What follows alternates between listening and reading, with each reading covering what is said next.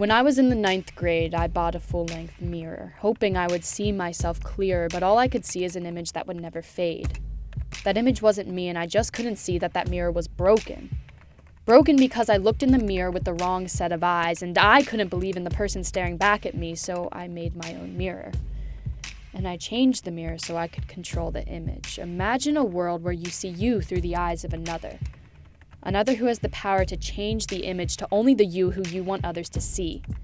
Another who can give you the power just to be, but how do you just be in a world full of mirrors? Mirrors that seem like they only exist to expose you, to control you, to give you the sense that you're not the only one who loves you. How do you love when you're surrounded by mirrors? Mirrors that take every action you make and reflect them back onto you.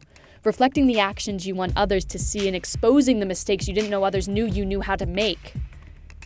How can we claim to be self-made when others are choosing our mistakes? Choosing a singular image to be reproduced, reproducing us into someone who fits the mold. A mold of people who deserve to be watched. We want to be watched. We've always wanted to be watched. To be watched is on par with fame, and we are taught from a young age that fame is reserved for the select few, so we crave it. We crave the life of the famous, a life where we are never alone. 7,125,394,000 plus 1 every 14 seconds. 7 billion minds thinking a universal thought, thinking the thought that each is unique, thinking the thought that each is alone, deathly afraid of being alone, alone in our thoughts in a crowded room, crowding our mind with unoriginal thoughts and original ideas we are made to believe we are on our own. We believe on our own that we are not made to be alone, but we sit here alone in this room with our crowded thoughts, thinking the thought that we cannot be alone because there's a stigma surrounding the introvert. There's a stigma surrounding the idea of being alone, and we cannot sit alone in a crowded room, and we cannot sit alone in our own empty space. Our own empty space is filled by a click. The constant padding of a click lining up with the beat of our hearts to fill that once empty space with an interaction. A natural reaction to our constant need for interaction. A need so constant that we change our image until we can proudly say we are someone's favorite, but one someone's favorite is not enough. How can we tell if enough is enough when the possible number of favorites is limitless?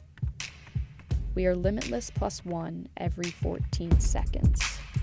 Every 14 seconds we create another mirror to watch. And although we're watched by the ones who want to be watching, we are also watched by the ones who we forget exist.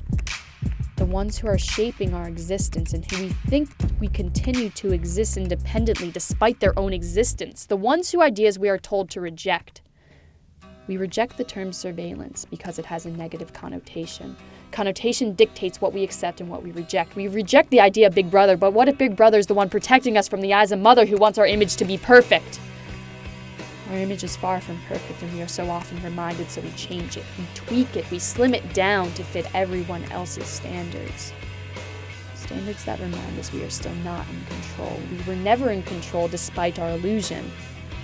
The illusion that if we are given the power to change the image, then it is under our control. Control belongs to those who set the standards, and we are not all comfortable enough to say, you look how you look and be comfortable. Like, what are you gonna do? Be hungry every single day to make other people happy? That's just dumb.